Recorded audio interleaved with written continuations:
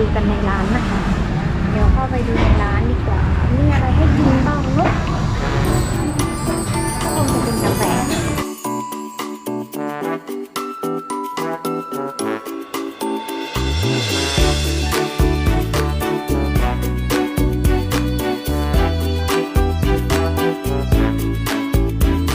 ด้านในก็จะเป็นที่นั่งสบายๆนะคะสามารถที่จะแบบนั่งรีแลกซ์ชิลเป็นกินขนมกินกาแฟมีขนมเค้กด้วยนะไม่รู้พี่นั่งไหนได้หมดตรงนี้เหรอนั่งตรงนี้นะคะไม่รู้ว่าจะร้อนหรือเปล่า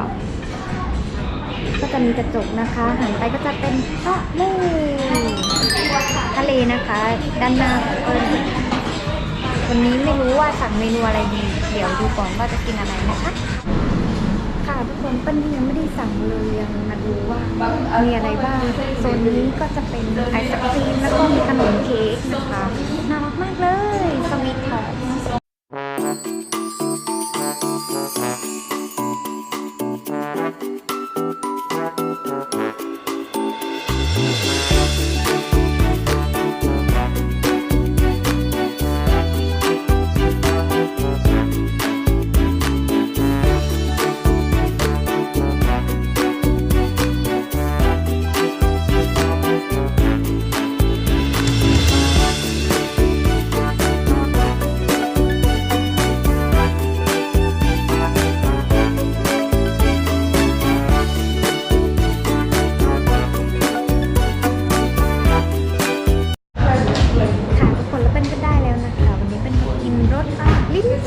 กันเลยลิ้นจี่สี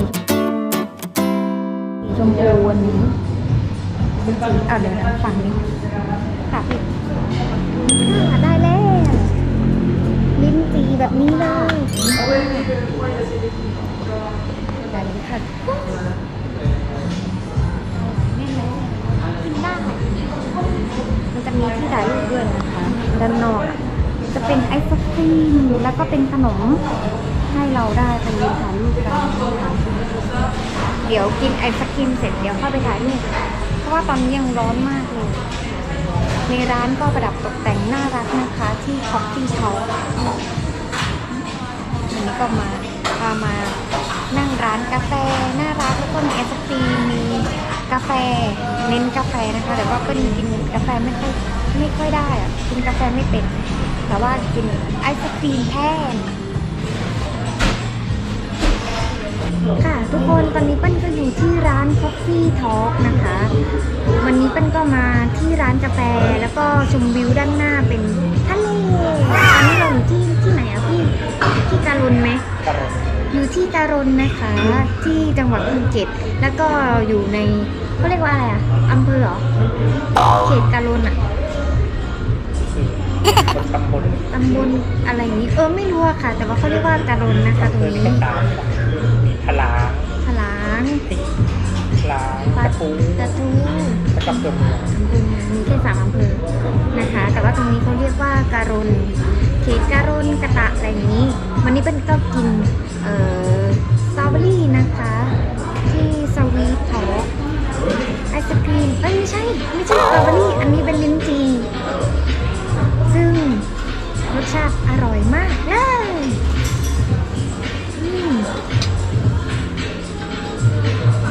แล้วก็บรรยากาศดีด้วยนะคะแล้วก็ในร้านเนี่ยประดับตกแต่ง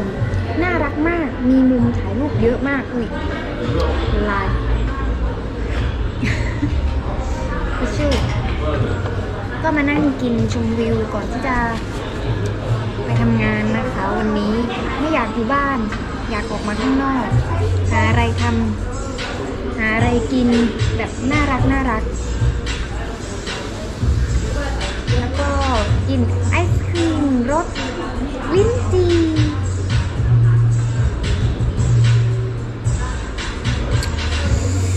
สดชื่นค่ะทุกคนตะกี้เปิ้ลก็ไปถ่ายรูปตามมุมต่างๆที่ร้านของ Coffee อะไรวะ Coffee Talk นะคะ ซึ่งมีหลายมุมมากเลย ถ่ายเองสวยมากเลยทุกมุมเลย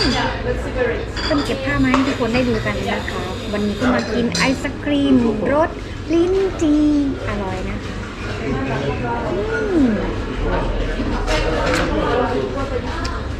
ถ้าทุกคนแบบมีเวลานะคะก็มาพักผ่อนกันได้นะคะที่ Coffee Talk ที่การนนะคะ อร่อยมุมถ่ายรูปเยอะมากชอบมากเลยสวยด้วย อยากให้ทุกคนนะคะมานะคะ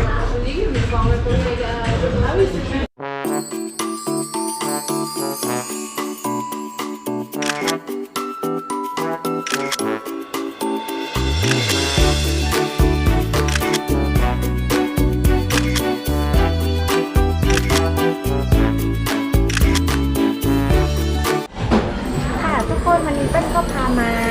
เที่ยวที่ Coffee Talk นะคะวันนี้ก็พามาแค่นี้มาถ่ายรูปมาดูมุมต่างๆนะคะแล้วก็มากินไอศครีมแค่นี้นะคะพักผ่อนแบบสั้นๆพักผ่อนแบบว่า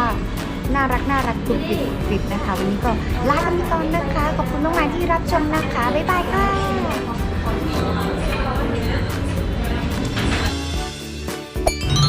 แล้วก็ตอนนี้เปิ้ลก็ออกมาจากร้าน Coffee Talk แล้วนะคะก็มาอยู่ที่ทะเลสวยงามเลยทุกคนตอนนี้ก็เป็นเวลาเท่าไหร่วะเป็นเวลา5:45 นาทีนะคะก็บรรยากาศดีมากวันนี้อากาศสบายไม่ลมไม่แรงนะคะลมไม่แรงมากแล้วก็แดดก็ไม่ร้อนมากแบบว่าพักผ่อนหย่อนใจได้แบบว่าสบายมากเลยแต่เปิ้ลก็ไม่ได้แบบว่าแต่งตัวแบบทะเลชิวๆนะคะใส่กางเกงยีนมาแล้วก็ใส่รองเท้าผ้าใบไม่สามารถที่จะเดินลงน้ำหรือว่าเดินลงแบบว่าที่เปียกๆได้เพราะว่าเดี๋ยวจะต้องไปทำงานแล้วนะคะก็ประมาณ 19:00 เดี๋ยวเปิ้ลก็ต้องไปเล่นดนตรีแล้วนะคะทุกคนวันนี้ก็พามาร้านกาแฟแล้วก็พามาเดินเล่นที่ชายหาดดารนนั่นเองบรรยากาศดีมากเดี๋ยวเปิ้ลจะถ่ายรูปให้เยอะๆเลยสวยมากแล้วก็คนเยอะมากเลยคนเยอะมากทะเลก็สวยนะคะทุกคนทะเลสวยมาก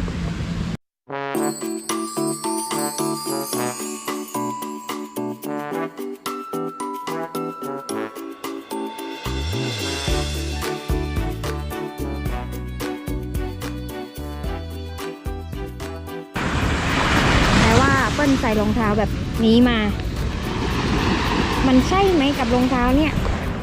มันใช่ไหมคะกับรองเท้าผ้าใบแล้วก็ทะเลมันไม่ใช่เลยนะคะแล้วก็ก็เอาเป็นว่าเรามาสูดอากาศเล่นๆที่ทะเลให้ถอดได้แบบว่าสดใสสวยงามได้อารมณ์แบบชิลๆเดี๋ยวก็จะไปทำงานแล้วนะคะทุกคนก่อนที่พระอาทิตย์จะตกดินแล้วก็มาเก็บบรรยากาศสบายๆกันไปเรื่อยๆสวยงามมากเลย